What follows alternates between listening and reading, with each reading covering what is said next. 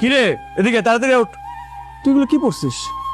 বড় বড় কানের দুল, কপালি টিপ, তুই কি নিজের আয়নায় দেখছিস বের হওয়ার আগে যেগুলো খুলে? আমি কি পড়বো সেটা কি তোকে বলে পড়তে হবে? তুই এটা নিয়ে নাক গোলাবি কেন? আমি 110 বার নাক গোলাবো। তোকে দেখে কি মনে হচ্ছে তুই জানিস? তুই বিয়ে বাড়িতে যাচ্ছিস, কোনো ভার্সিটিতে না, যেগুলো খুলে। আমি যাব না। তো যাওয়া লাগবে না, এখন যেহেতু লেট হয়ে গেছে তুই ওঠ। আমি যাব না। তুই ওনার সাথে যাবি? তুই চলে যা। নিতো লেট হয়ে যাচ্ছে, চলুন। তুই সত্যি আমার সাথে যাবি না? যাব না, তুই চলে যা। গরম আছে, দ্রুত খেয়ে নিন, জ্বর মুখে ভালো লাগবে। আমি নিজ হাতে আপনার জন্য বানিয়েছি। এইসবের কি দরকার ছিল বলেন তো? অবশ্যই দরকার ছিল, কথা না বাড়িয়ে খেয়ে নিন। আচ্ছা, আপনার কষ্ট করতে হবে না, আপনি হেলান দিয়ে বসুন, আমি খাইয়ে দিচ্ছি। না, কোনো দরকার নেই, আমি খেতে পারবো। না প্লিজ আরে সমস্যা নেই, আমি পারবো। প্লিজ একটু খান। সরি সরি সরি সরি, আমি মনে হয় আপনাদের পার্সোনাল স্পেসে ডিস্টার্ব করে ফেললাম, তাই না?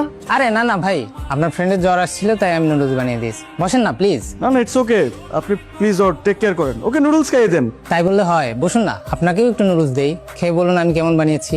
না না, আমি খাবো না। আবির, তুই কি কিছু বলবি? হ্যাঁ, আমি তোকে কিছু বলতে আসছি। আমি তোর জন্য অনেকক্ষণ রোদে দাঁড়াইছিলাম, তুই তো আমাকে বলিস তুই অসুস্থ। তুই এটাও বলিস যে তুই আমার সাথে আসবি কি আসবি না। আপনি একটা কাজ করবেন ফাহাদ ভাই, আপনি প্লিজ নিতুকে একটু ওষুধ খাওয়াবেন নিজ হাতে, ঠিক আছে? ওষুধটা ঠিকঠাক মতো খেয়ে নিস।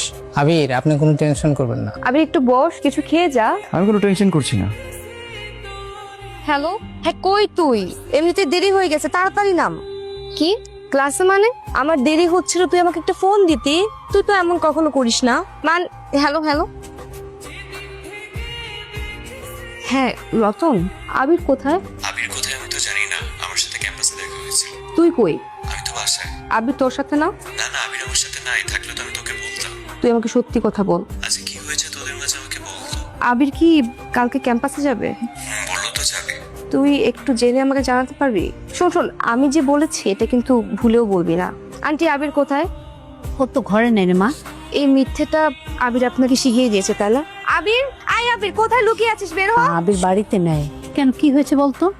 বাড়িতে নেই? কোথায় গিয়েছে?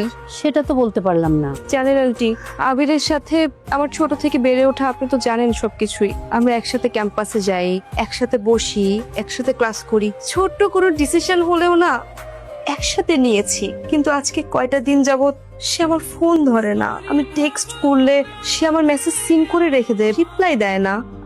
আমি আন্টি, আমি আমি আমি জানি না আমি কি করেছি। আবির আমাকে কিছু বলছেও না।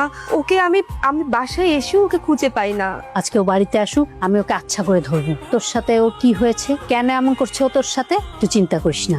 শোন, আগে তো আমাকে কেমন জ্বালাতো, কয়দিন ধরে একদম শান্ত ছেলের মতো চুপচাপ ঘরে ঢুকে।